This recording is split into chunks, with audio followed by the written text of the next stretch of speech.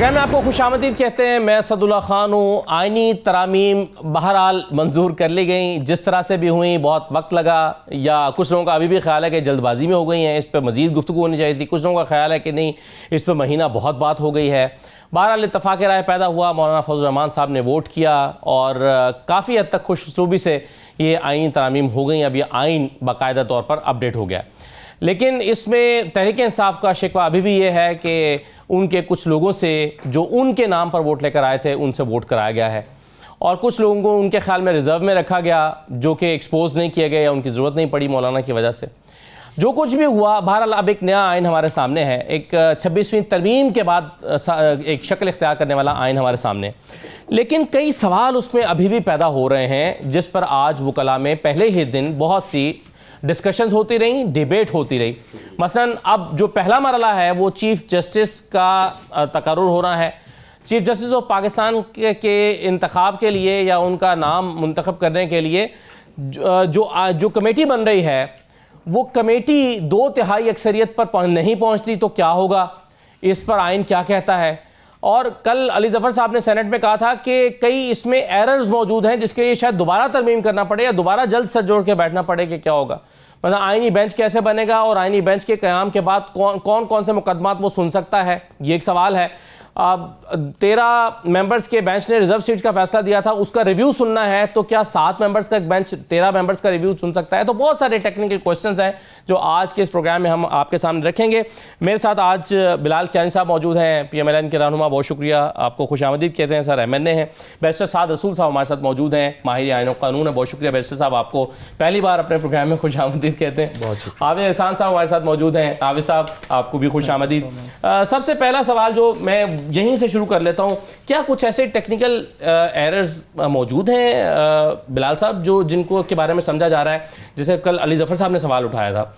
मसलन एक सवाल ये भी उठ रहा है कि अगर ये जो एक कमेटी है 12 रुकनी पार्लियामान की, जिन्होंने चीफ जस्टिस के तीन में से के इंतखाब करना है, अगर वो 2/3 अक्सरियत के साथ किसी एक नाम पर नहीं पहुंच पाती तो क्या होगा? आइन इस पर खामोश है।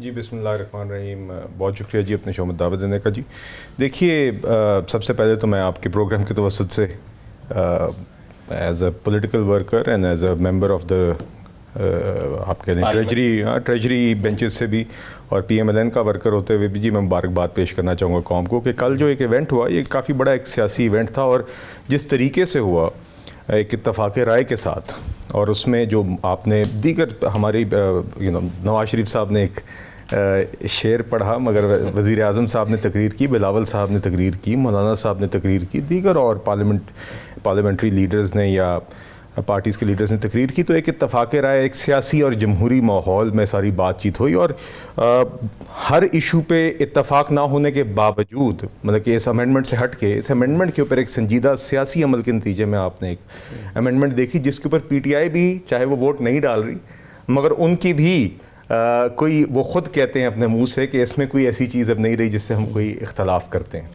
तो एक तो ये आई थिंक ये चीज़ हाईलाइट करनी ज़रूरी है। दूसरी बात जो आपने अभी सवाल किया जी, देखिए इसके अंदर यकीनन अब स्पेशल पार्लियामेंट्री कमेटी का क़याम होना है इसके नतीजे में, जिसके जो 12 रुकनी कमेटी होगी, 8 मेंबर्स उसके कौमी असम्बली से होंगे, 4 मेंबर्स उसके सेनेट से होंगे, और इसकी जो मेंबरशिप है वो जमातों की दोनों हाउसेस में प्रोपोर्शनल रिप्रेजेंटेशन के नतीजे में होगी। और यकीनन आप सही कह रहे हैं कि 2/3 अक्सरियत ही इस कमेटी की एक नए चीफ जस्टिस को अपॉइंट कर सकेगी। और एम ये है कि पहली दफ़ा, तो क्योंकि अब 25 तारीख को रिटायरमेंट है चीफ जस्टिस की, तो इसमें प्रोवाइज़ो दिया गया है कि पहली दफ़ा ये कमेटी 3 दिन कबल रिटायरमेंट से अपनी नॉमिनेशन प्राइम मिनिस्टर को भेजेगी, जो आगे प्रेसिडेंट को फॉरवर्ड करेंगे और अपॉइंट करेंगे। मगर आइंदा के लिए 14 दिन पहले रिटायरमेंट से, या मतलब कि लास्ट टाइम जो डेडलाइन होगी इस कमेटी के लिए वो 14 दिन कबल होगी।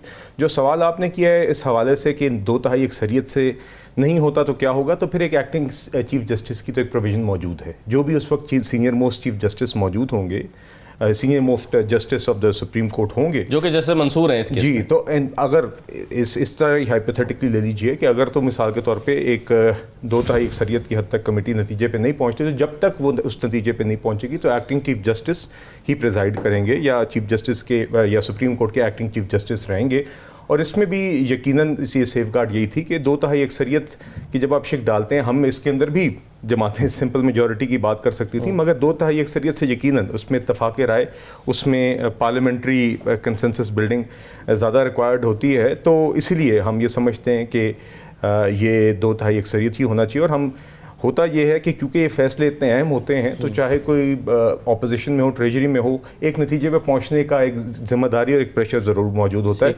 तो हम पुरुमीद हैं कि इंशाल्लाह अब आज इस पार्लियामेंट्री कमेटी का इस अपॉइंटमेंट के लिए जो होनी है आइंदा दिनों में, उसके लिए आज ही इस पार्लियामेंट्री कमेटी का क्याम हम एक्सपेक्ट कर रहे हैं। आपने स्पीकर्स और चेयरमैन सेनेट के नाम आने शुरू हो गए और हम उम्मीद करें कि इस कमेटी की मीटिंग कल तक हो जाएगी और होपफुली कल ही की कोशिश करेंगे। सही है, लेकिन आपने चले कहा कि प्रोवाइजो मौजूद है, लेकिन बैरिस्टर साहब ये सुकुम है क्या कानून में कि अगर 2/3 नहीं है तो फिर क्या होगा? चलिए ये तो हल मुस्तकिल नहीं है कि जो सीनियर मोस्ट जज होंगे या सीनियर प्यूनर जज होंगे वो चीफ जस्टिस बन जाएंगे, एक्टिंग चीफ जस्टिस बन जाएंगे। ये तो शायद सोल्यूशन नहीं है। आपके ख्याल में ये सुकुम है फिर नई तरमीम में? बहुत शुक्रिया अज़ाद। सबसे पहले तो मैं बिलाल साहब की बात को थोड़ा सा आगे बढ़ाऊँ। मेरा नहीं ख्याल कि ये मुबारक देने का दिन है। मेरे ख्याल में शायद ये सियासी जमातों के लिए, जो हुक्मरान जमातें हैं, उनके लिए तो एक मुबारक देने का दिन हो। उन्होंने आपस में कुछ सेटलमेंट कर ली, कुछ तकरीरें कर ली। एक नवाज शरीफ साहब ने गलत शेर पढ़ा, एक जिसकी तौसीह बल्कि मौलाना साहब ने की कि उस शेर को दुरुस्त तरीके से कैसे पढ़ना चाहिए था। वो बेवजन था, लेकिन मतलब इस बात पे मुबारकबाद मैं देने का ज़रूर कायल हूँ कि नवाज शरीफ साहब ने शेर पढ़ा, ये मुबारकबाद के मुस्तहिक हैं। लेकिन जहाँ तक आइन और कानून का मामला है, आप वकला हजरात की मेजॉरिटी को देख लें। एक आज़म नज़ीर तारड़ और मंसूर अवान जो अटॉर्नी जनरल और लॉ मिनिस्टर को छोड़ के वकला हजरात की तूल अर्ज़ के अंदर मेजॉरिटी को देख लें। कराची के अंदर जो कंसेंसस हुआ था वकला का, उनको देख लें। बाकी जज साहिबान को देख लें तो लोग कम अज़ कम वकला कम्युनिटी के अंदर मातम को ना है। ये मुबारकबाद का दिन नहीं है, ये मातम का दिन है। उसकी मैं एक बुनियादी वजह आपको बताता हूँ। सुकुम तो इसके अंदर बहुत सारे हैं और आपकी इजाज़त से हम उसके ऊपर बात करेंगे, लेकिन जो बुनियादी बात जिसको पाकिस्तान की तारीख के जुडिशल धारे को रिवर्स कर दिया गया है वो एक है। वो ये है कि हमने पाकिस्तान के अंदर 1973 के आइन के अंदर 1973 में एक शिक डाली कि 175(3) जिसमें लिखा गया कि जुडिशरी को और एग्जीक्यूटिव को सेपरेट किया जाएगा, ये एक दूसरे के अंदर मुदाखलत नहीं करेंगे। यानी एग्जीक्यूटिव जुडिशरी के अंदर मुदाखलत नहीं करेगी और जुडिशरी अपने फैसले इंडिपेंडेंटली करेगी। ये आइन के अंदर शिक थी। इसकी तकमील के लिए सन 1996 में 96 में जब एग्जीक्यूटिव ने चीफ जस्टिस को 2 या 3 नंबर से बनाने की कोशिश की तो अल जिहाद ट्रस्ट केस की जजमेंट आई जिसमें कहा गया कि एग्जीक्यूटिव जुडिशरी के अंदर या पार्लियामान जुडिशरी के अंदर कोई मुदाखलत नहीं करेगी। जो सीनियर मोस्ट जज होगा सुप्रीम कोर्ट का वो चीफ जस्टिस बनेगा। इसी स्ट्रगल को, जो ये स्ट्रगल के तौर पे वकला हजरात ने की, वो लॉयर्स मूवमेंट के अंदर उसको मजीद तकमील दी गई और 18वीं तरमीम जो लॉयर्स मूवमेंट के बाद 2010 में आई उसके अंदर शिक लिख दी गई कि सीनियर मोस्ट जज सुप्रीम कोर्ट का चीफ जस्टिस पाकिस्तान होगा। ठीक, आप कमेटी मेजॉरिटी की बना लें, 2/3 की बना लें, पार्लियामान की बना लें, सेनेट की बना लें, हुकूमत की बना लें, ऑपोजिशन की बना लें, ये प्रिंसिपल नहीं है। प्रिंसिपल ये है कि क्या वो लोग जिनके मुकदमे जुडिशरी ने सुनने हैं, जिस हुकूमत के खिलाफ जुडिशरी ने कॉन्स्टिट्यूशनल जजमेंट्स देनी है, जिस पार्लियामान के मेंबरान के खिलाफ जुडिशरी ने डिसाइड करना है कि इन्होंने अपने असासे छुपाए या नहीं छुपाए, ये ठीक इलेक्ट हुए या गलत इलेक्ट हुए, क्या वो लोग जो इस जुडिशरी के सामने साइल होंगे, क्या वो उस बेंच की तकर्री करेंगे जो बेंच उस मुकदमे को सुनेगा और उस चीफ जस्टिस की तकर्री करेंगे जो चीफ जस्टिस उस जुडिशरी का हेड होगा? 1973 से लेके 2024 तक हमने 50 साल पाकिस्तान के अंदर इस इन्फ्लुएंस को रोकने की कोशिश की कि जुडिशरी के अंदर पार्लियामेंट या एग्जीक्यूटिव का इन्फ्लुएंस होगा। यही अल जिहाद ट्रस्ट था, यही 18वीं तरमीम थी, यही लॉयर्स मूवमेंट थी। इस तरमीम के अंदर आइन का वो धारा जिसके ऊपर 50 साल से वकला ने मेहनत की, उसको एक शिक के अंदर रिवर्स कर दिया गया है। ये मुबारकबाद का दिन नहीं है, ये मातम का दिन है। सही है हाफिज साहब, ये पर्टिकुलरली क्योंकि देखिए हम जब देखते हैं ऑपोजिशन लीडर का इंतखाब होना है फॉर इंस्टेंस, अगर उसमें लिखा हुआ है कि अगर ये इत्तफाक राय नहीं होगा तो क्या करेंगे, और इसी तरह से केयर टेकर्स का इंतखाब करना है, तो अगर वो नहीं इत्तफाक राय हो सकेगा तो क्या करेगा, चीफ मिनिस्टर हो या प्राइम मिनिस्टर हो। और इसी तरह से हम देखते हैं कि चीफ इलेक्शन कमिश्नर का इंतखाब, यानी हर एक में ये दिया गया है कि अगर इत्तफाक राय नहीं हो सकेगा तो फिर क्या होगा। यहाँ पर आपके ख्याल में एक सुकुम रह गया है या कोई तरीका मौजूद है आइन में? बिस्मिल्लाहिर्रहमानिर्रहीम। असद, आपका बहुत शुक्रिया। दो चीज़ें बड़ी इंपॉर्टेंट है। एक, अभी हमने बात की 1973 के कॉन्स्टिट्यूशन की 1973 का कॉन्स्टिट्यूशन जब बनाया तो वहाँ के ऊपर चीफ जस्टिस ऑफ पाकिस्तान को एज ए सीनियरिटी के तौर पे नहीं ट्रीट किया गया। अगर कॉन्स्टिट्यूशन मेकर्स की ये ख्वाहिश होती तो फ्रॉम डे वन ये प्रोविजन आ जाती कि पाकिस्तान की सुप्रीम कोर्ट का चीफ जस्टिस जो है वो सीनियर मोस्ट आएगा, और ये हाई कोर्ट्स के अंदर भी आ जाता कि पाकिस्तान की हाई कोर्ट्स का जो है वो सीनियर मोस्ट जो है वो जज आपका चीफ जस्टिस आएगा। लिहाजा उस वक्त भी पाकिस्तान की पार्लियामेंट ने ये सोचा कि सीनियरिटी जो है वो फाइनल एब्सोल्यूट प्रिंसिपल नहीं है। ठीक। अब आगे उसके अंदर आ जाते हैं कि वो ये आया 96 जिस जजमेंट का हम दे रहे हैं वो किस सिनेरियो के अंदर आई। आप ज़रा उसको देखें ना कि वहाँ 94 से इस मुल्क के अंदर एक जुडिशल एक्टिविज्म स्टार्ट होता है और 96 के अंदर जुडिशरी बजाते खुद फैसला करती है कि सीनियर मोस्ट आएगा। क्या पाकिस्तान के आइन को सुप्रीम कोर्ट रीराइट करके इन्फोर्स कर सकती है कि हम ये कह रहे हैं आप इस चीज़ को माने?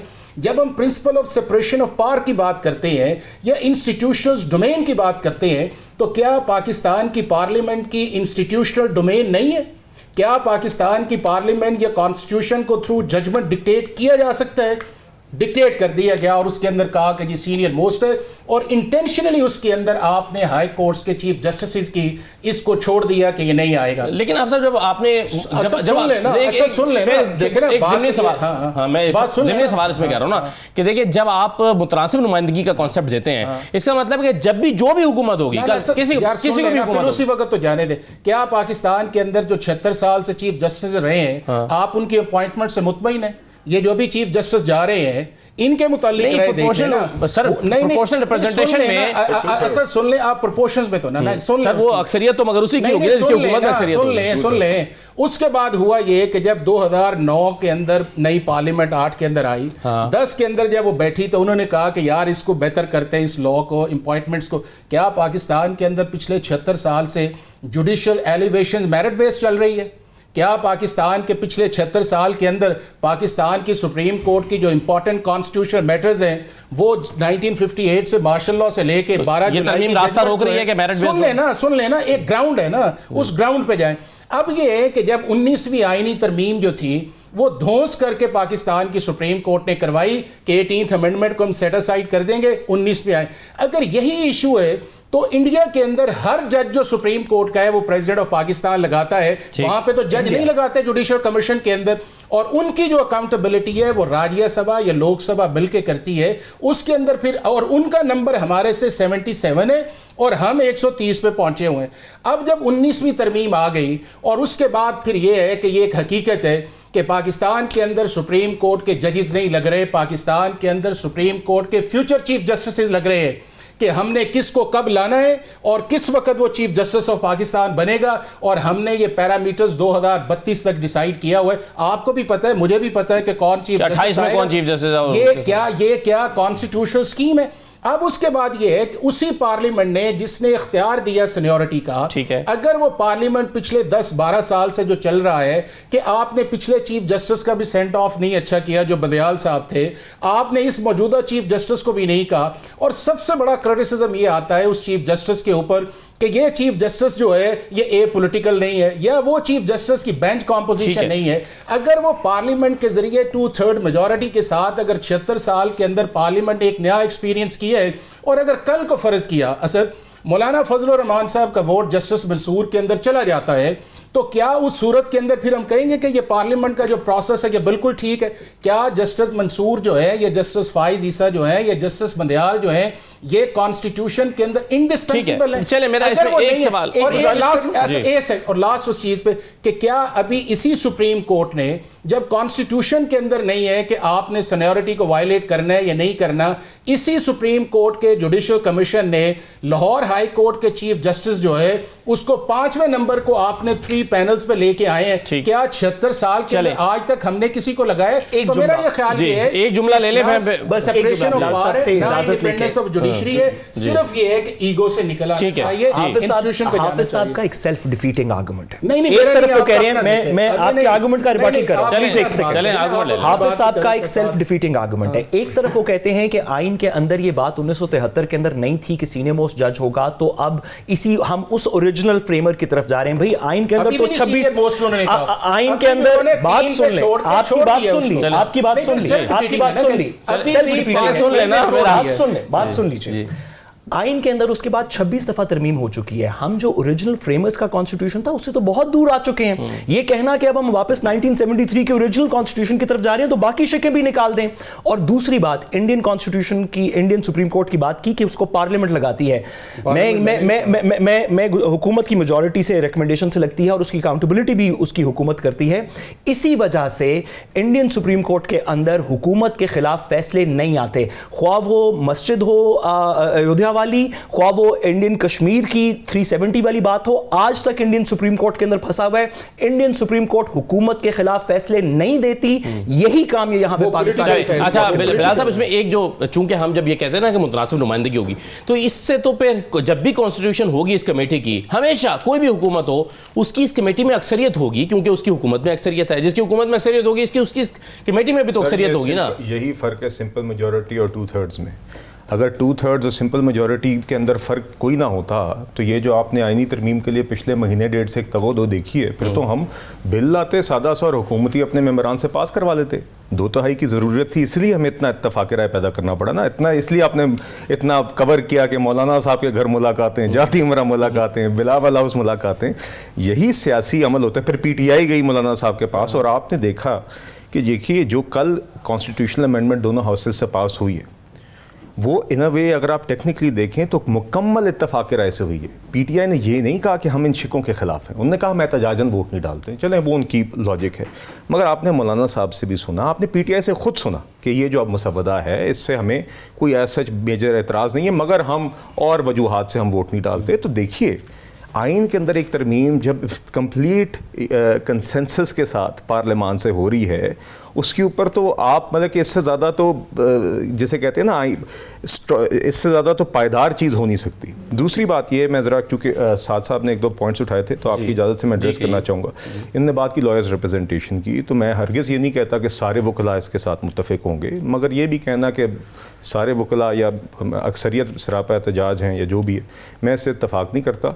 चूँकि हमने देखा कि इसके अंदर दीगर बार्स की इनपुट भी आई, पाकिस्तान बार काउंसिल की तो बल्कि मैंने देखा था इनपुट आज़म नज़ीर तारड़ साहब ने कमेटी में भी पेश की, कंसल्टेशंस भी, और उसके बाद नतीजे में ये एक मसवदा आया। And once again I will say this कि बहुत सारे वो बार्स भी जो उनके अंदर PTI का भी अब ये हकीकत है बार्स के अंदर कि उनकी भी पॉलिटिक्स और उसका एक इंटरमिंगलिंग है, तो PTI ने भी at the end of the day और उनके, और आजकल तो वो जमात लड़ी ही बाय लॉयर्स है, उन्होंने भी कहा है कि ये जो मसवदा है इसके ऊपर कोई मेजर इशू नहीं है। देखिए तीसरी बात मैं ज़रा तासुर क्लियर करना चाहूँ, ये एग्जीक्यूटिव तैनाती नहीं करी जुडिशरी की, ये कॉन्सेप्ट क्लियर करें। ये 2/3 अक्सरियत के साथ पार्लियामान दोनों हाउसेस की नुमाइंदगी के साथ एक चीफ जस्टिस को अपॉइंट करेगी। ठीक, और इसके अंदर, और अगर आप इसके अंदर मुवाजना कर लें तो ये तो कुछ भी नहीं है compare to the United States. America के अंदर तो सुप्रीम कोर्ट का जस्टिस जो है वो प्रेसिडेंट में, साहब ये someone can correct me if I am wrong, वो सेनेट की हेयरिंग होती है, नहीं सेनेट की हेयरिंग होती है मगर नॉमिनेशन प्रेसिडेंट से आती है। नॉमिनेट प्रेसिडेंट करते हैं, सेनेट कॉन्फर्मेशन करती है और उसके बाद वो लाइफ टाइम सुप्रीम कोर्ट जज होते हैं।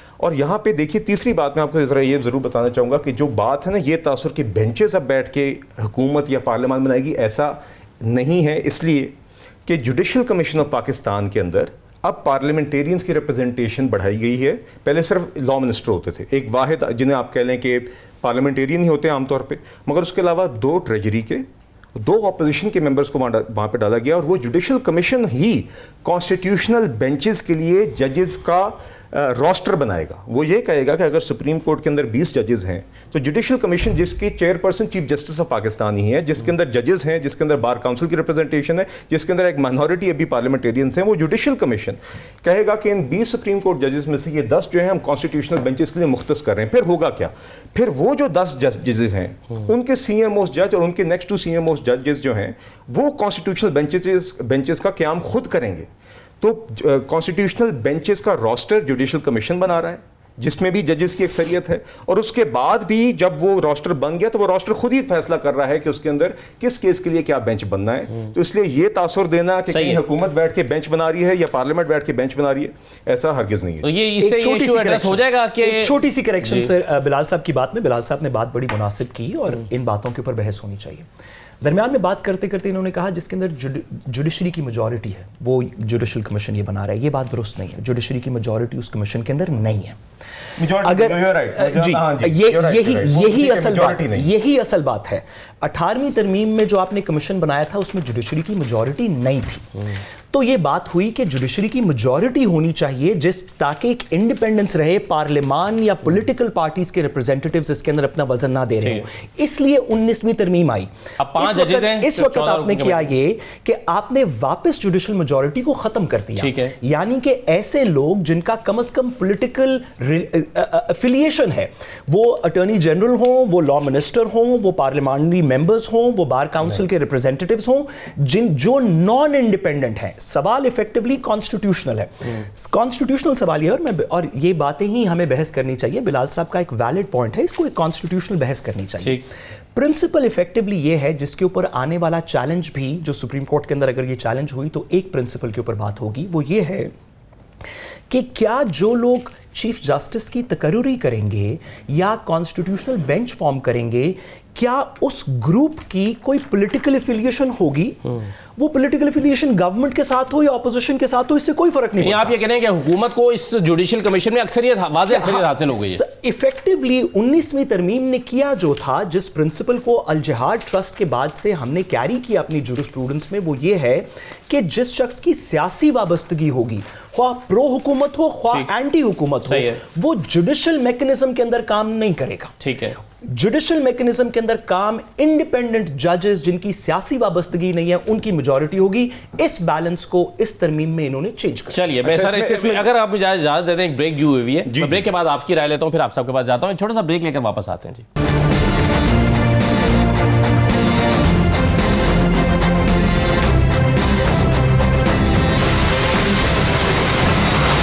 ब्रेक के बाद दोबारा खुशामदीद कहते हैं।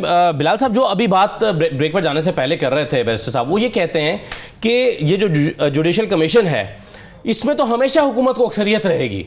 इसमें आपका लॉ मिनिस्टर आ गया, आपका जो है वो अटॉर्नी जनरल आ गए, पाकिस्तान बार काउंसिल आम तौर पे हुकूमत के साथ जा रही होती है, तो ये तो हमेशा हुकूमत की अक्सरियत रहेगी। सर गुजारिश है असद साहब, देखिए मेरे सामने कॉम्पोजिशन है, आपके तकरीबन 5 जजेस हैं जी जो उसके मेंबर्स हैं, 5 जजेस हैं, पाकिस्तान बार काउंसिल के एक मेंबर हैं जी, अटॉर्नी जनरल हैं, लॉ मिनिस्टर हैं, 4 पार्लियामेंटेरियंस हैं जिसमें से 2 अपोजिशन के हैं, 2 आपके ट्रेजरी के हैं, और उसके अलावा एक टेक्निकल मेंबर मेरे ख्याल से हैं जो स्पीकर। ठीक है जी, तो देखिए इसके अंदर बैलेंस है। स्पीकर जिसको नॉमिनेट करेगा, नहीं सर, मेरी गुजारिश सुन लीजिए ना। देखिए इस तरह ना करें ना, ये 10-12 लोग हैं क्या? हर जज की अपनी क्रेडिबिलिटी है। पार्लियामेंट के अंदर 4 मेंबरान हैं, 3 आप कह चलें हुकूमत से अगर आप कह लें कि एक लॉ मिनिस्टर और वो 2 कौमी असम्बली के मेंबरान हैं, 2 ट्रेजरी उसके अपोजिशन के मेंबरान हैं, पाकिस्तान बार काउंसिल का मेंबर भी। देखिए at the end of the day आप खुद कहते हैं बाज़ की रिप्रेजेंटेशन होती है, उनका अपना मौक़िफ़ होता है। ये तो कुछ भी नहीं है compare to the United States, जहां पे है ही सेनेट कॉन्फर्मेशन, जजेस की से ही नहीं है जजेस की तकर्री के अंदर।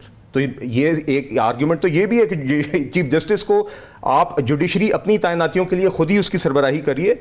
दूसरी बात मेरी ज़रा सुनिए, चीफ जस्टिस की तकर्री के मामले पे मैं फिर से कहूँगा, 2/3 अक्सरियत से पार्लियामान की ये कमेटी क्या है? ये उसी 2/3 अक्सरियत जिसके तहत आप आइन को बदलते हैं, उसी 2/3 अक्सरियत की एक अक्कासी है ये स्पेशल पार्लियामेंट्री कमेटी जो चीफ जस्टिस की तकर्री करेगी। सर मेरी गुजारिश सुने, जो पार्लियामेंटेरियंस थे जिन्होंने ये आइन बनाया, हुकूमत भी और जुडिशरी भी उस आइन का नतीजा है। ठीक है ना जी, और इसीलिए आप इस चीज़ को लाइट ना लें कि 2/3 की अक्सरियत के साथ जब सेनेट और कौमी असम्बली के मेंबरान की एक कमेटी एक फैसला करेगी तो वो पार्लियामान का फैसला है। पार्लियामान के ही फैसलों से ही क़याम था सुप्रीम कोर्ट का, पार्लियामान के ही फैसलों से। Allow me to complete, I have another something else to share. दूसरी बात ये जो मैंने बात सुनी है ना जी, मुझे पहले भी ताज्जुब होता है, ख़ास तौर पे जब आई सी लॉयर्स और सीजन्ड लॉयर्स कि जी ये कॉन्स्टिट्यूशनल अमेंडमेंट चैलेंज होगी। अब देखिए ये तो हम मानते हैं ना कि वकील भी और जजेस भी, इस किताब ये आईने पाकिस्तान है, इसके बाहर तो कुछ नहीं कर सकते ना जी, मतलब कि हमसे ज़्यादा आमतौर पे इस किताब के अंदर ही पूरा दिन इनका ये काम है, पटिशन इसके तहत या इसके नीचे एक्ट्स और रूल्स के तहत लिखना, इसी को खोल के इसकी इंटरप्रिटेशन करके उसके नतीजे में फैसला लिखना। तो मैं ज़रा दो शिकें बड़ी जल्दी पढ़ना चाहूँगा। आर्टिकल 239 है अमेंडमेंट ऑफ द कॉन्स्टिट्यूशन के हवाले से, उसका सब आर्टिकल 5 है जो कहता है कि no amendment of the constitution shall be called in question in any court on any ground whatever। और फिर उसके बाद अगर तो ये आपने देख लिया, and for the removal of doubt, अब आर्टिकल 6 पढ़ लीजिए, sub article 6, for the removal of doubt it is hereby declared that there is no limitation whatever on the power of Majlis Shura parliament to amend any of the provisions of the constitution. इन दो sub articles के बाद petition लिखना, सोचना कि आप पार्लियामान की 2/3 अक्सरियत के फैसले को कोर्ट में, यहाँ पे लिखा हुआ है कि आप कोर्ट में चैलेंज नहीं कर सकते किसी भी ग्राउंड पे। एक जुमला पाकिस्तान के अंदर 26वीं तरमीम हो रही है, इसके अंदर से 14 तरमीमें चैलेंज हो चुकी हैं। मैं बिलाल साहब से गुजारिश करना चाहता हूं कि आपकी पार्टी ने उसमें से 7 तरमीमें इन शिक के बावजूद चैलेंज की हैं। 1973 से ये वाला क्लॉज मौजूद है। आपकी पार्टी ने 7द तरमीमें चैलेंज की हैं। इस क्लॉज के बाद मेहरबानी करके अपने वकीलों को बताएं कि ये चैलेंज नहीं हो सकता। दुरुस्त किया हाफिज साहब, ये भी चैलेंज है। हाफिज साहब आज वो आपके आर्टिकल चैलेंज की, सर आपने कानून नून लीग ने चैलेंज किया, सर हमने सुप्रीम कोर्ट ने होगा, आप बताएं। अब सुप्रीम कोर्ट ने इसका प्रिंसिपल सेट कर दिया। सुप्रीम कोर्ट ने कहा 17th अमेंडमेंट की जजमेंट में सुप्रीम कोर्ट ने कहा कि जहां पे 3 चीजें हुई हो वहां पे हम चैलेंज कर सकते हैं कॉन्स्टिट्यूशनल अमेंडमेंट। ये 17th अमेंडमेंट में कहा coram non judice malafide without jurisdiction. इसके अंदर एक चीज ऐड कर दी 21वीं तरमीम में कि अगर बेसिक स्ट्रक्चर वायलेट हुआ तो भी चेंज हो सकती है। इनके अपनी पार्टी ने वो चैलेंजेस फाइल किए। हमने आज वकला से पूछा, आबिद जुबैरी साहब से बात हो रही थी, हामिद खान साहब से, बेशतर वकला ये कहते हैं कि चैलेंज तो ये जरूर करेंगे। आबिद जुबैरी साहब ने खासतौर पे कहा अब फैसला आपने ये करना है कि इसको कॉन्स्टिट्यूशनल बेंच के सामने ये चैलेंज होगा या रेगुलर कोर्ट के सामने चैलेंज होगा। क्या ये चैलेंज हो सकता है आपके ख्याल में? अच्छा, एक तो ये है कि बड़ी मेहरबानी आपने हमें याद कर लिया। जनरली मैं कहता तो नहीं हूँ लेकिन मेरा ख्याल है आपने 2/3। अब बात 18th अमेंडमेंट से आई।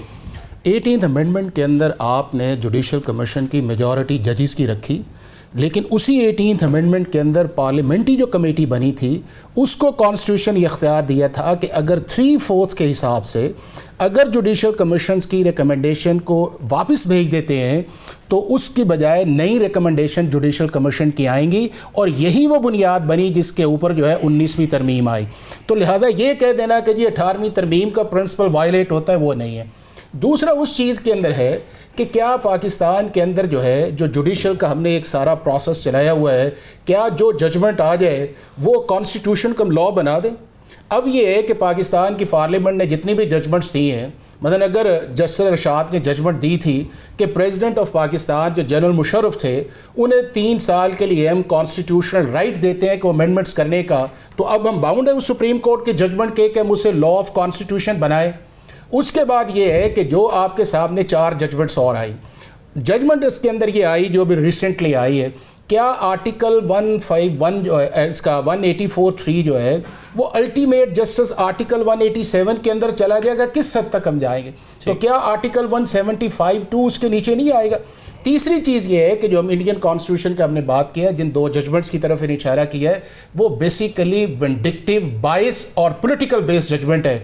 आप उनके अपने कॉन्स्टिट्यूशनल इशूज है। अब बाबरी मस्जिद को आप जो है ये 370A को मिलाएं इस चीज़ के कि इंडिया की इंडिपेंडेंस ऑफ जुडिशरी है, तो मेरा ख्याल है कि हम किसी और वर्ल्ड के अंदर रह रहे हैं।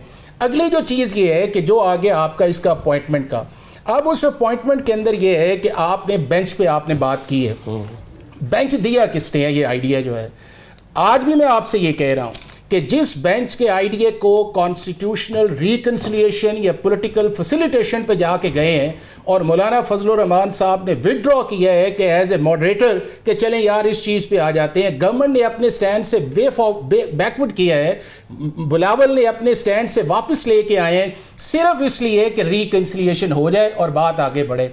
अब वो जो बेंच वाला आइडिया है उसके अंदर जितनी लीगल कॉम्प्लिकेशंस आएंगी इस बेंच को बनाने के अंदर, इस बेंच के केस लगाने के अंदर, इस बेंच को सुनने के अंदर, अगर आपने 13 जजेस ही कॉन्स्टिट्यूशनल कोर्ट को डिक्लेयर कर दिया उस चीज़ के अंदर है, तो इसका मतलब ये है कि बाकी जो 4 जज हैं वो पाकिस्तान की सुप्रीम कोर्ट के 60,000 केस को देखेंगे। अब चूंकि हम एक पॉलिटिकल फैसिलिटेशन की तरफ गए हैं, तो असद आज देखिएगा, अगर ये आइडिया जो कॉन्स्टिट्यूशनल कोर्ट का था, अल्टीमेटली 10 दिन बाद, 15 दिन बाद, 3 माह के अंदर, 6 माह के अंदर पाकिस्तान की पार्लियामेंट वापस उसी तरफ जाएगी, क्योंकि जितनी देर आप उस प्रोसेस के अंदर 2 एलोकेशन ऑफ जुरिस्डिक्शन नहीं करेंगे, री एलोकेशन ऑफ बिजनेस नहीं करेंगे, जजेस की स्ट्रेंथ नहीं लेके आएंगे, नहीं चलेगा ना। वो आज नहीं ना, आज से ही स्टार्ट हुआ है ना। आज पाकिस्तान के जो आने वाले चीफ जस्टिस है, अगर वो बन जाते हैं उस चीज के अंदर जो आज अमेंडमेंट आ गई है, उन्होंने इस केस के अंदर ऑब्जर्वेशंस दे दी है कि भी आर्टिकल 199 से अगर मामला हमारे पास है, तो पहले डिटरमिन कौन करेगा कि कौन। आपके ख्याल में जल्दबाजी में बना दिया गया बेंच, इसके तमाम पहलुओं का जायजा लिया? बात यह है कि आपने जाना है यहां से साउथ से नॉर्थ जाना है। अब नॉर्थ जाते हुए आपका साथ वाला एक दोस्त कहता है यार नॉर्थ नहीं जाना, आप इसको जो है वेस्ट पे चलना शुरू कर दें। आप कहते हैं चले यार इसको साथ तो मिला है ना, आप वेस्ट पे जाते हो और अल्टीमेटली वेस्ट तो कहीं खाई के अंदर जा रहा है, फिर वापस तो आपने नॉर्थ। मैं आपको बताऊं, यही पीटीआई, यही सारी पॉलिटिकल पार्टीज जो है मौलाना फजलुर रहमान साहब को कहेंगी कि सर ये जो कॉन्स्टिट्यूशनल इस वक्त क्राइसिस की तरफ हम जा रहे हैं रिगार्डिंग बैंक्स के अंदर, रिगार्डिंग री एलोकेशन ऑफ बिजनेस के अंदर, हाई कोर्ट्स के अंदर, ये चाजी चीजें स्टकअप हो जाएंगी। तो ये बताएं आप, सबसे इजी कन्वीनियंट हमारे लॉयर्स के अंदर ये है कि हम जुरिस्डिक्शन को चैलेंज कर देते हैं ताकि उसके अंदर डिले आए। ये एप्लीकेशन जाएंगी सुप्रीम कोर्ट, इधर उधर आएगा। अल्टीमेटली ये है कि जिस तरह दुनिया ने आपके चाहे थोड़े केसेस हैं या ज्यादा केसेस है, आपने अपने regular civil criminal justice system को अलहदा किया है, और चाहे आपका 100 केस है या 200 है। अभी ये बताएंगे मौजूदा सिनेरियो में अभी 7 मेंबर्स कॉन्स्टिट्यूशनल बेंच बनता है, तो रिजर्व सीट्स का जो फैसला 13 मेंबर्स बेंच का आया हुआ है उसका रिव्यू लगना है। क्या 13 जजेस का फैसला 7 जजेस रिव्यू कर सकेंगे? नहीं कर सकते ना, नहीं कर सकते। वो इसलिए नहीं कर सकते कि हमारी सुप्रीम कोर्ट के अंदर एक सेट प्रेसिडेंट है और दुनिया भर के अंदर है कि जो मेजॉरिटी बेंच है वो लार्जर बेंच के डिसीजन को अंडू नहीं कर सकता। और अगर आपका लार्जर बेंच बना हुआ है तो उससे बड़ा बेंच आपको बनाना चाहिए। इसलिए प्रैक्टिस एंड प्रोसीजर के अंदर आया है कि 5 जज होंगे, उसके ऊपर 6 या 7 या 8 जज बैठेंगे तो उसकी अपील सुनेंगे। लेकिन हमारी सुप्रीम कोर्ट ने यही किया है कि मिलिट्री कोर्ट्स के अंदर 5 जजेस की जजमेंट थी ब्रिगेडियर एफपी अली की, जिसके अंदर मिलिट्री कोर्ट्स को वैलिडेट किया था सिविलियंस के अंदर। हमारी सुप्रीम कोर्ट ने 23 अक्टूबर को 4-1 से कर दिया, और जस्टिस याया अफरीदी साहब ने कहा कि चूंकि 5 का पहले फैसला हमें लार्जर बेंच में जाना चाहिए। उन्होंने कहा नहीं, हम इस चीज का फैसला करते हैं। तो हमारी सुप्रीम कोर्ट की कॉन्स्टिट्यूशनल कॉन्ट्राडिक्शन है। हमें मोहब्बत है इंडिपेंडेंस ऑफ जुडिशरी से, हमें मोहब्बत है अच्छे जजेस से, हमें मोहब्बत है इस चीज के अंदर कि हमारी जुडिशरी का वकार और चीजें बुलंद है, but not for the sake of individuals, but not for the sake of the compromising of the constitution, but not for the sake of exceeding of the jurisdiction, and but not for the sake of the saying कि we are the only institution which are the custodian of the constitution. चलिए ठीक है जी, एक छोटा सा break लेते हैं programme में। ब्रेक के बाद नाज़रीन वापस आते हैं।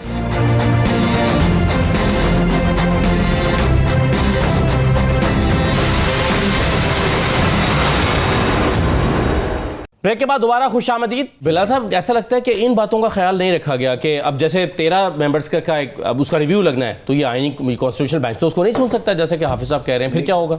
कॉन्स्टिट्यूशनल बेंच आप इस बुनियाद पे कह रहे हैं ना कि तादाद कम होगी, तो यहाँ पे कदगन तो नहीं है कि 5 से बड़ा बेंच नहीं हो सकता। यहाँ पे मैं आपको पढ़ के शिक सुना देता हूँ। For the purposes of clause 3 a bench consisting of not less than 5 जजेस, मतलब कि मिनिमम 5 जजेस होने चाहिए। तो ये भी ऐन मुमकिन है कि अगर ऐसी कोई सूरत हाल तो 15 का कॉन्स्टिट्यूशनल बेंच बन जाए। नहीं, वो हर केस पे वेरी करेगा ना, हर केस पे वेरी करेगा। कौन बनाया करेगा? जुडिशियल कमीशन बैठेगा, नहीं ऐसे जजेस बैठेंगे सारे प्रेगनेंसी केसेस के लाओ जी। देखिए, मैं फिर से ज़रा प्रोसेस आपको बता देता हूँ। और अगेन मेरे बुकला colleagues, I mean I am not a वकील माई सेल्फ, बट नहीं, लेकिन आज तो आपका लग रहा है कि आप यू आर मोर देन अ वकील। मैं स्टूडेंट ऑफ द कॉन्स्टिट्यूशन जरूर जी, एज अ पार्लियामेंटेरियन। मगर देखिए, गुजारिश ये कि तरीक़ेकार ये है कि judicial commission of Pakistan from time to time constitutional benches के लिए जजेस की तकर्री करेगा कि ये वो जजेस हैं जिनमें से कॉन्स्टिट्यूशनल बेंच बनेगा। और उसके अंदर ये भी एक शिक है कि कॉन्स्टिट्यूशनल बेंचेस में कंप्राइज इक्वल नंबर ऑफ जजेस फ्रॉम ईच प्रोविंस, तो हर सूबे की नुमाइंदगी भी होगी। और उस रोस्टर के अंदर से फिर जो सबसे सीनियर मोस्ट कॉन्स्टिट्यूशनल जज हैं और अगले 2 जजेस हैं, वो फिर बेंचेस अपने उस रोस्टर के अंदर में से तय करेंगे।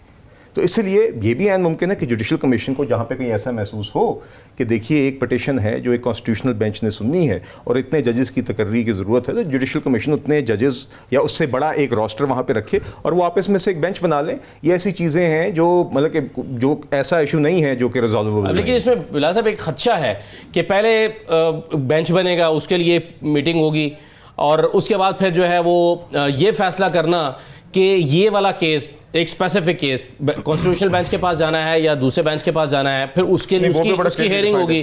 तो इससे ज्यादा होगा। नहीं सॉरी मैं जी प्लीज। देखिए मुझे गुजारिश है इसमें कि कोई ऐसी बात नहीं जी, जज बेंचेस हर हफ्ते सुप्रीम कोर्ट खुद बनाता है ना तो जुडिशल कमीशन की एक मीटिंग कॉल होनी है, उसके अंदर कॉन्स्टिट्यूशनल बेंचेस के लिए एक रोस्टर बन जाना है। उसके बाद ये नहीं है कि जुडिशल कमीशन ने हर कॉन्स्टिट्यूशनल बेंच हर केस का बेंच बनाने के लिए, वो तो जजेस उस कॉन्स्टिट्यूशनल बेंचेस के लिए जो जजेस मुकर्रर किए गए हैं वो आपस में बैठ के बनाएंगे। देखिए जी, तो इसलिए उसके अंदर वही कोई ऐसा कोई इतना बड़ा इंपेडिमेंट नहीं है जी। एक छोटी सी गुजारिश, बिलाल साहब जो बात कर रहे हैं ये बात दुरुस्त है मोस्ट कॉन्स्टिट्यूशनल केसेस के लिए। आपका मेरा एक कॉन्स्टिट्यूशनल मुकदमा है, मैंने पेमरा के खिलाफ मुकदमा फाइल कर दिया, ओगरा के खिलाफ कर दिया, ये बात दुरुस्त है, इसके अंदर कॉन्स्टिट्यूशनल क्वेश्चंस ऐसे ही डिसाइड होंगे।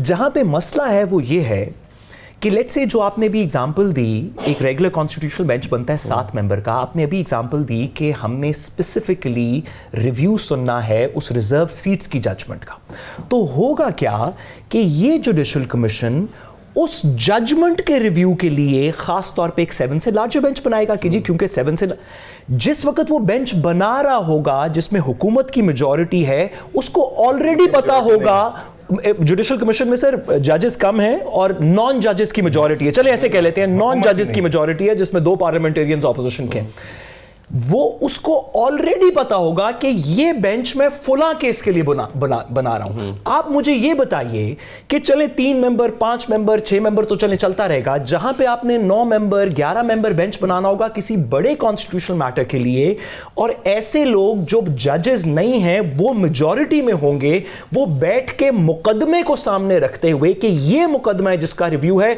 इस पे कौन से 9 जजेस बिठाएं, ये इंडिपेंडेंस। पहले भी तो ऐसे ही होता है, पहले भी तो ऐसे ही होता है कि ऐसे नहीं होता, ऐसे ही बेंचेस बनते हैं, चाहे वो चीफ जस्टिस बना रहे हो या कमेटी बना रहे हो। जो बेंचेस बना रहे होते हैं पहले ऐसे स्पेसिफिकली किसी मुकदमे को सुनने के लिए, वो जुडिशियल मेंबर्स होते हैं। अभी भी आप ये पावर जुडिशियल मेंबर्स को दे दें, ये कहना कि उसमें अटॉर्नी जनरल भी बैठेगा, लॉ मिनिस्टर भी बैठेगा, पाकिस्तान बार काउंसिल भी बैठेगी, ऑपोजिशन भी बैठेगी, गवर्नमेंट भी बैठेगी, लेकिन वो कमेटी बनाएगी। उसमें ये होता है ना कि आज भी तो आप बेंच बनता है तो शक्ल देख के फैसला बता नहीं देते कि फैसला क्या है। लेकिन कम से कम आपके और मेरे सामने बात होती है कि जो बंदा ऑस्टेंसिबली जो बंदा बेंच बना रहा है उसकी कोई सियासी वाबस्तगी नहीं है, वो एक कमेटी है जजेस की। यहां पे सियासी वाबस्तगी वाले लोग मुकदमे को मद्देनजर रखते हुए कि हमें इस रिव्यू के लिए 9 मेंबर बेंच बनाना है, एक बेंच कॉन्स्टिट्यूट करेंगे। अगर ये इंडिपेंडेंस ऑफ जुडिशरी है तो फिर पता नहीं नॉन इंडिपेंडेंस। मेरी गुजारिश ये है कि ऐसी भी दलाइल दी गई हैं, इसमें बुकला भाई हाजिर थे कि एक फर्द वाहिद सारे बेंचेस का क़याम करे। बहुत लोग ये भी समझते हैं कि आज एक जुडिशल कमीशन ऑफ पाकिस्तान जिसके अंदर अपोजिशन और ट्रेजरी मेंबर्स की नुमाइंदगी है, जिसमें पाकिस्तान बार काउंसिल की नुमाइंदगी है, जिसके अंदर सुपीरियर जजेस की नुमाइंदगी है, वो सब जो फैसला करें उसमें तो कंट्रोवर्सी हो सकती है, मगर फर्द वाहिद का फिर तो मैं भी कह सकता हूं कि नहीं, Supreme Court master of the roster के अपने बायसेस नहीं हो सकते अपने कॉलेज के मुताबिक, और हमने क्या ये बायसेस देखे नहीं है। दूसरी बात, if you allow, sorry I understand Hafiz साहब का टाइम है, हाफिज साहब माजरत जी, मैं आपकी एक बात नहीं, मैं हाफिज साहब की एक बात की तायद करना चाह रहा हूं। इन्होंने बिल्कुल सही फरमाया कि हमारी भी ख्वाहिश यही थी कि कॉन्स्टिट्यूशनल कोर्ट्स हों। अब ये कॉन्स्टिट्यूशनल बेंचेस हमारे लिए भी एक आप कह लें कॉम्प्रोमाइज़ है, मगर ये कॉम्प्रोमाइज़ नेसेसरी था in order to arrive at एक इत्तफाक़ राय के साथ में कॉन्स्टिट्यूशनल अमेंडमेंट पास करें। तो यकीनन हम आज भी समझते हैं कि जो मकसद था, हकीकतन जो पर्पस था, वो बेहतर सर्व होता अगर ये कॉन्स्टिट्यूशनल कोर्ट्स होते, मगर चूँकि बेंचेस के ऊपर एक इत्तफाक़ राय हुआ है, एक पायदार कॉन्स्टिट्यूशनल अमेंडमेंट कल पास हुई है, तो this is the way forward right. अच्छा असद भाई, आपको बताओ इस सारे का एक सोल्यूशन था, और वो सोल्यूशन उस वक्त आ गया था कि जब ये सारा कुछ एक जो एंटी नैरेटिव इस कॉन्स्टिट्यूशनल अमेंडमेंट्स के लिए या पार्लियामेंट के अगेंस्ट एक नैरेटिव बनाया था, उसका एक ही सेंट्रिक पॉइंट था, और वो हैं ये जो जाने वाले चीफ जस्टिस है। एक नैरेटिव क्रिएट किया गया कि जो 65 से 68 का है या 3 साल का टेन्योर जो है वो सिर्फ़ और सिर्फ पर्सन स्पेसिफिक है, और वो गवर्नमेंट को मेरा ख्याल है कि बहुत अर्ली इसको क्लियर कर देना चाहिए था। दूसरा, जब कॉन्स्टिट्यूशनल कोर्ट की तरफ गए, आप पीटीआई से या मुख्तलिफ लोग जो हैं उनको अगर आप कैमरे के अलावा पूछे जाके तो वो यही कहेंगे कि हमारा सेंट्रिक पॉइंट यही था कि जी कॉन्स्टिट्यूशनल कोर्ट के अंदर भी ये आउट गोइंग चीफ जस्टिस नहीं जाने चाहिए, और वहाँ के ऊपर इसलिए कन्फ्यूजन आ गई कि गवर्नमेंट ने वहाँ पे 65 से 68 किया। अगर गवर्नमेंट पहले दिन ही कॉन्स्टिट्यूशनल कोर्ट के अंदर 65 कर देती तो ये भी इंप्रेशन चला जाना था कि शायद आउट गोइंग चीफ जस्टिस जा रहे हैं, और अगर ये दोनों चीज़ें निकल जाती तो सीओडी के अंदर या पीटीआई या जेयूआई या पीपल्स पार्टी या पीएमएल कॉन्स्टिट्यूशनल कोर्ट पे तो एग्री है ना, इसके अलावा तो कोई ऑप्शन ही नहीं है इनके पास कि उसके अलावा जाते। अब एक जो है, एक जिस तरह उसे कहते हैं ना कि it is convenient for all the, but उस कन्वीनियंट के अंदर पीटीआई फिर निकल गई है, और निकल के जो है आज उनके सामने कंपल्शंस भी आई हैं। मतलब पहले देखें ना कि आपने रात तक ये कहा कि इससे बुरी अमेंडमेंट्स कोई नहीं है, ये अल्ट्रा वायरीज ऑफ द कॉन्स्टिट्यूशन है। आज मैं सुप्रीम कोर्ट के अंदर बैठा हुआ था तो पीटीआई के लॉयर्स जो हैं इंट्रा पार्टी केस के अंदर चीफ जस्टिस के सामने जाके कहते हैं कि सर आप न सुने, चूंकि कॉन्स्टिट्यूशनल अमेंडमेंट आ गई है, अभी उसको प्रेसिडेंट ने एसेंट नहीं किया हुआ था, तो मीनिंग देयर बाय कि पार्लियामेंट के अंदर और स्टैंस है, अदालत के बाहर और स्टैंस है, अदालत के अंदर जो है वो और स्टैंड है, और मेरा ख्याल है कि हर शख्स का ये हक है कि यहाँ पे उसे कॉन्स्टिट्यूशन या लीगल बेनिफिट्स आए उसका एडवांटेज लेना चाहिए। बट अल्टीमेटली ये है कि क्या ऐसा पाकिस्तान का आम आदमी जो है उसको इन अमेंडमेंट से इंसाफ के अंदर तेजी आएगी? बिल्कुल नहीं आएगी, क्योंकि उसलिए नहीं आएगी कि उसके लिए आपने इस प्रोसेस को और कंफ्यूजन वाला कर दिया है। अल्टीमेटली अगर आप उसकी बेहतरी चाहते हैं, क्लियर हेडेड के साथ हाई कोर्ट और सुप्रीम कोर्ट के अंदर आए, मेजर रिफॉर्म्स करें, सिविल, क्रिमिनल, गवर्नेंस, टैक्स और उसके बाद एडमिनिस्ट्रेटिव जस्टिस के अंदर आए, ताकि उससे इस चीज़ का एहसास हो कि पाकिस्तान की रियासत या पाकिस्तान की पार्लियामेंट जो है वो हमारे लिए काम कर रही है, और उसके अंदर पर्सन स्पेसिफिक या इंस्टीट्यूशन स्पेसिफिक कोई एजेंडा नहीं है। साहब, क्या हर केस से पहले ये फैसला करना पड़ेगा कि ये इस तरह ही होगा ना? ये इस तरह होगा कि जब प्रैक्टिस एंड प्रोसीजर आ गया तो उसकी थर्सडे वाले दिन एक मीटिंग होती है, और उसका भी आपने देख लिया कि इन्होंने गुड इंटेंशन के साथ बनाया कि चीफ जस्टिस की डिस्क्रिशन को स्ट्रक्चर्ड किया जाए। अब वहां पे प्रॉब्लम ये आ गया कि वहां के ऊपर जो है वो एक जज साहब ने कहा जी कि हम तो नहीं इस पे अभी जाएंगे, ये करेंगे।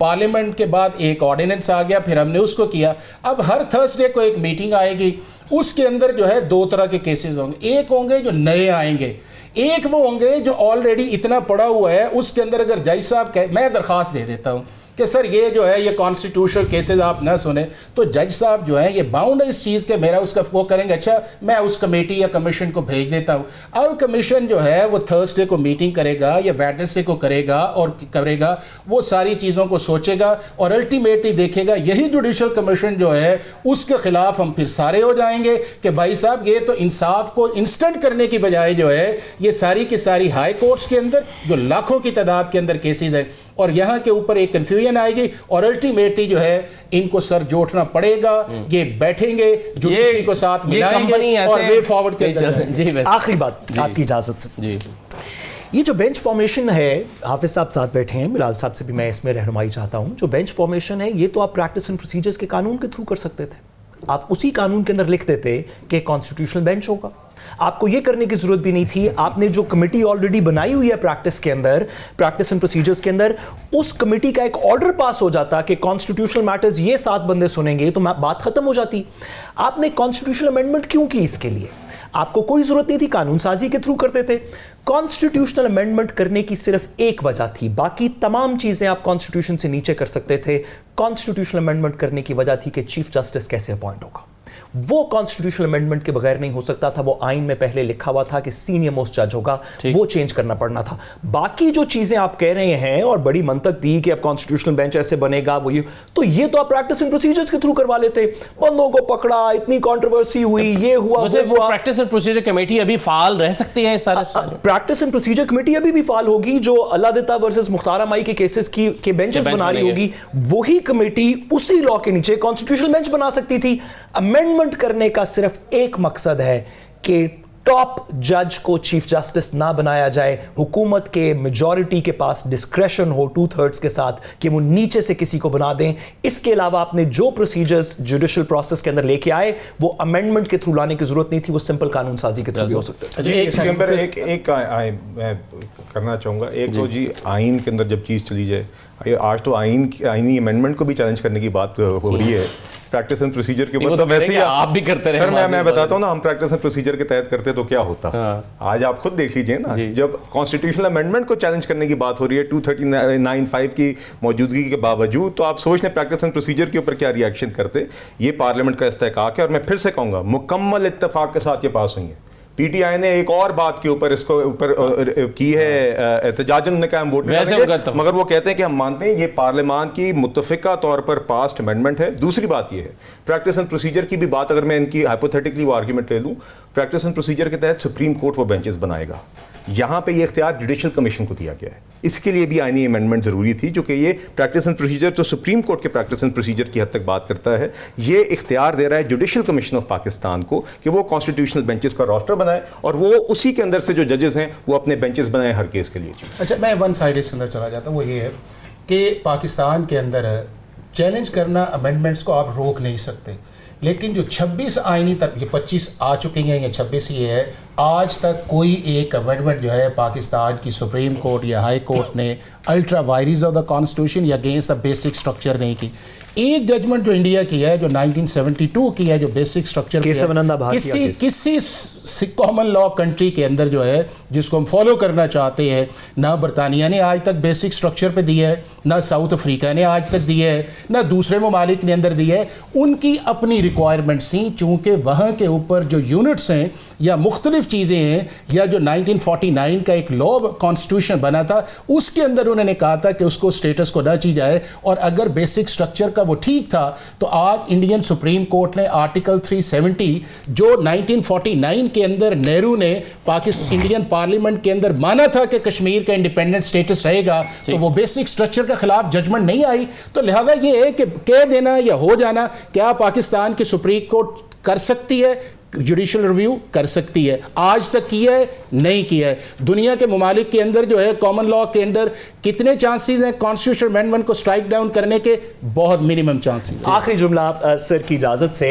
ये बात दुरुस्त नहीं है कि सिर्फ इंडिया के अंदर ये बात है। ये वाली बात 1998 के अंदर बांग्लादेश के कॉन्स्टिट्यूशन के अंदर भी बेसिक स्ट्रक्चर डाल दिया गया है।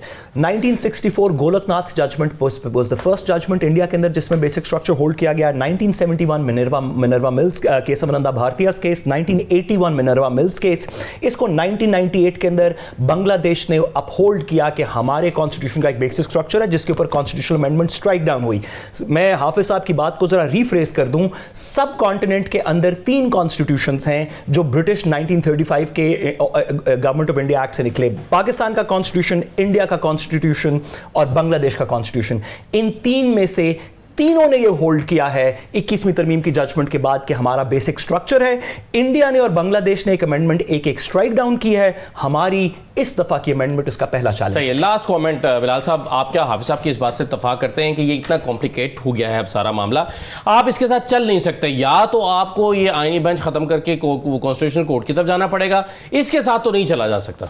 देखिए मेरा ख्याल है जी आइडियल सिनेरियो तो हमारे नज़दीक कॉन्स्टिट्यूशनल कोर्ट ही था, मगर अब आई थिंक जो सोल्यूशन है इसको इंशाल्लाह हम चलाएंगे। यकीनन ये हमारी जो एक इंटेंट थी और जो हम चाह रहे थे जिस मकसद के लिए कि एक सेग्रीगेशन ऑफ रोल्स हो जाए, civil criminal cases Supreme Court के अंदर वहाँ पे उनके पास आज़ादी भी हो जाए, टाइम भी फ्री अप हो जाए, तो यकीनन उस तरह तो नहीं है, मगर आई थिंक कि फिर भी मेरे नज़दीक इस आर्टिकल में और इसके नीचे अब यकीनन एक्ट्स रूल्स बनेंगे, मज़ीद क्लैरिटी आएगी, वो रूल्स ऑफ प्रोसीजर बल्कि बनाने का मेरे ख्याल से इख्तियार दे भी दिया गया है जो, तो इसलिए आई थिंक उससे मज़ीद क्लैरिटी आ जाएगी और या इस तरह इसकी भी जूरिस्प्रूडेंस बनेगी।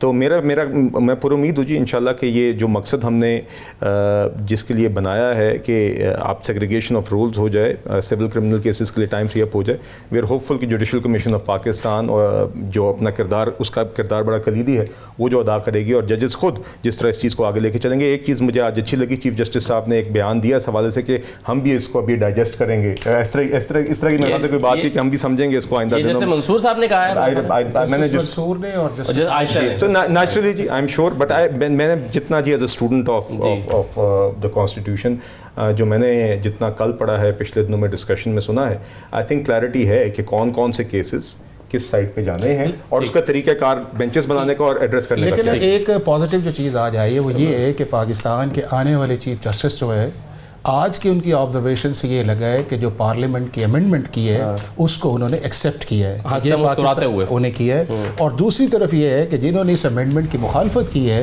उन्होंने उसी कोर्ट के अंदर चीफ जस्टिस ऑफ पाकिस्तान के आगे उसका बेनिफिट लेने की कोशिश की है। तो दोनों चीज़ें चल रही हैं, पॉलिटिक्स भी है, कॉन्स्टिट्यूशन भी है। बिल्कुल ठीक है, बहुत शुक्रिया हाफिज़ साहब, बैरिस्टर साहब बहुत शुक्रिया, बिलाल साहब बहुत शुक्रिया प्रोग्राम में शिरकत करने के लिए। इजाज़त दीजिए, अल्लाह हाफिज़।